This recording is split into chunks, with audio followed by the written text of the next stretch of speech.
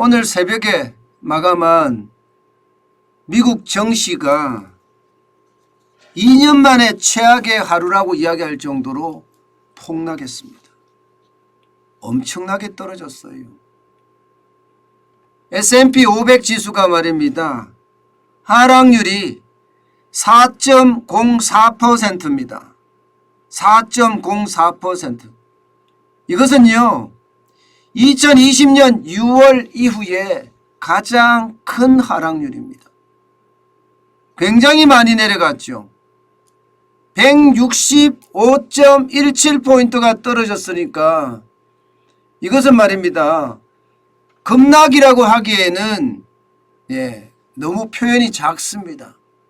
폭락이라고 해야 될 것 같아요. 그 정도로 말입니다. 시장은 와르르 무너졌고요. 급기야는 보시는 것처럼 4천선이 깨졌습니다.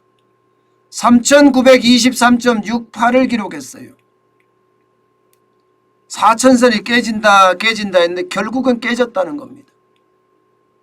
여러분, 시장의 불안감은요, 지금 굉장히 증폭되고 있다, 이렇게 말할 수가 있습니다. 다우산업지수도 마찬가지입니다. 다우산업지수도요, 여러분 이거 한번 보세요. 1164.52포인트가 빠졌어요. 3.57%가 폭락했습니다. 이것도 3만이 깨질 가능성이 커졌다, 뭐 이렇게 이야기할 정도입니다.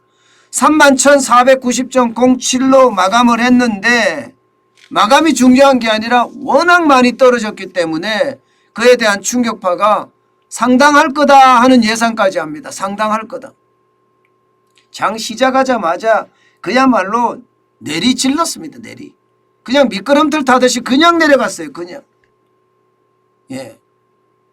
오죽했으면 여러분, 뉴욕 증시가 녹아내렸다, 이런 표현을 썼겠습니까? 녹아내렸다. 떨어졌다, 급락했다가 아니라 녹아내렸다, 이런 표현을 써요. 그 정도로 말입니다. 폭락의 강도는 셌다는 이야기입니다.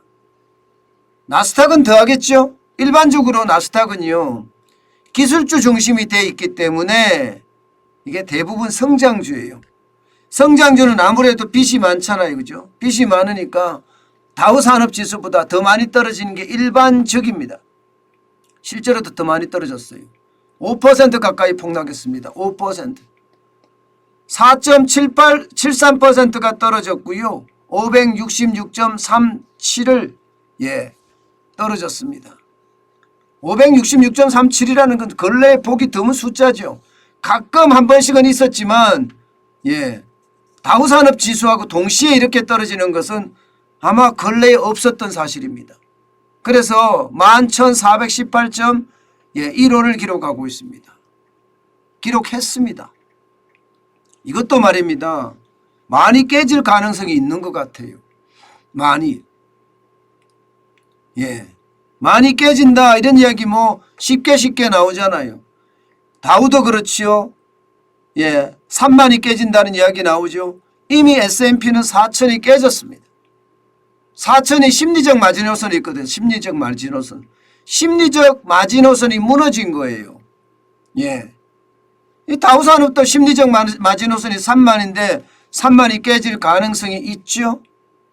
나스닥도 마찬가지입니다. 심리적 마지노선이 만으로 보고 있는데 이것도 저는 떨어질 수 있다고 생각을 합니다. 그만큼 말입니다. 지금 시장의 어떤 충격파는 굉장히 크다, 이렇게 봐야 돼요. 진짜 변동성이 출렁출렁하죠. 장난 아닌 변동성이잖아요. 어제는 또 엄청 올라갔어요. 오늘은 또 엄청 떨어지고요. 이게 말입니다. 어제만 하더라도 여러분, 미국 증시에서는요, 물가가 오르는데도 소매 판매가 괜찮네? 0.9%나 4월에 지켰네? 뭐 이렇게 이야기하면서 시장의 분위기는 굉장히 좋게 돌아갔습니다. 좋게 돌아갔어요. 인플레이션이 심각한데도 괜찮다, 이렇게 이야기하는 거예요. 여러분, 여기에 5월로 되어 있는데 이거 4월입니다. 4월. 4월로 되어 있는 건 3월이고요. 도표가 조금 틀렸네요. 중요한 것은요, 예, 어제도 올라가면서 놀라키고요, 오늘은 폭락하면서 놀라키고, 참 이것을 보면 시장이 지금 얼마나 충격적인지 보여주는 것 아닌가 싶습니다. 그러면 오늘은 또 왜 떨어졌을까요? 오늘은 이겁니다. 이거. 유통업체들의 1분기 실적이 장난 아닙니다. 월마트만 하더라도요, 1분기 실적은 매출은 증가했습니다. 2.4% 증가했어요. 그래서 1415억 7천만 달러를 기록을 했습니다. 그런데 순이익이 25%나 감소했습니다. 20억 5천만 달러예요. 그러면 여러분, 월마트가 유통업체잖아요. 유통업체의 순이익이 줄어들었다, 이 말은요, 인플레이션의 영향을 받는다 이런 얘기예요. 물가가 올라서 소비자들이 소매 판매는 조금 늘렸는지 모르지만 기업들의 실적에는 쇼크 수준이 됐다, 이런 얘기가 되는 겁니다. 이게 여러분 연관성이 있는 겁니다. 소매 판매가 늘어났다, 그래서 좋다. 실제로 유통업체의 매출이 2.4% 증가했습니다. 그런데 순이익은 곤두박질 친 거죠. 25% 감소니까. 당연히 주식시장에서는요, 순이익이 줄어들면 주식은 떨어지게 돼 있습니다. 이게 올라가는 게 아니라 무조건 떨어지게 돼 있어요. 게다가 말입니다, 오늘 발표한 대형 유통업체 타깃이라는 곳이 있습니다. 타깃. 여기도 마찬가지 실적이 쇼크 수준입니다. 실적이 쇼크 수준이니까 이건 뭐야 도대체. 소매 판매가 늘어나는 게 무조건 좋은 거는 아니네. 소매 판매가 늘어났다고는 하지만 실적은 기업들이 다 망가지네. 그러면서 유통업체 주식을 던져버리는 겁니다. 실제 타깃은요, 올해 1분기에 주당 순이익이 2.19달러입니다. 월가 예상치는 3.07달러였거든요. 3.07달러. 그러니까 2.19달러니까 굉장히 차이가 나죠. 당연히 떨어질 수밖에 없습니다. 그러니까 브라이언 코넬이라고 타깃의 CEO가 있습니다. 분명히 이야기한 건 뭐라고 이야기했나요? 이 말이 주식시장에는 더 영향을 미쳤는데요. 비정상적으로 비용이 높아져. 이게 중요합니다. 비정상적으로 비용이 높아져 이익 목표 달성에 미달했다, 이렇게 있습니다. 그러면 비정상적으로 비용이 높아진 게 뭘까? 이제 이거를 생각을 해야 되잖아요. 시장에서는 이게 결국 인플레이션 때문이다. 비용 인플레이션, 공급발 인플레이션, 나쁜 인플레이션 때문이다, 이렇게 읽은 겁니다.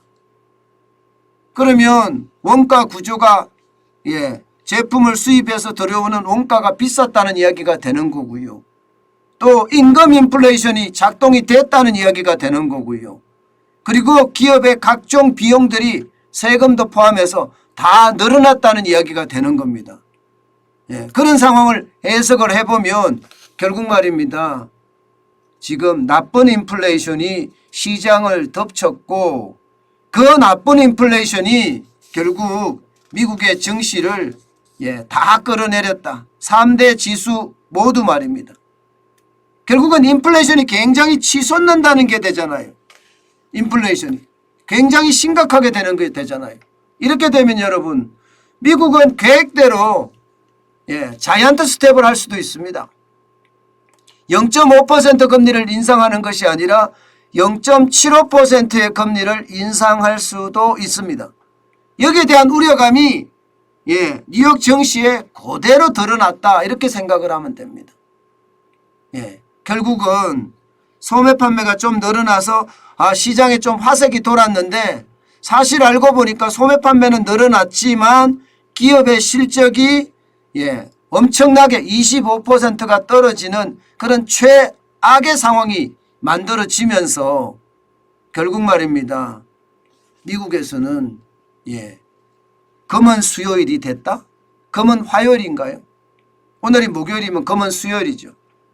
금은 수요일이 됐다 이렇게 해석할 수가 있는 겁니다. 여러분, 시장은요, 제가 여러분들에게 말씀드렸다시피 시장은 나빠져 가고 있는 겁니다. 제가 예전역에 이야기를 했습니다. 경제가 좋지 않다고, 계속 나빠질 거라고.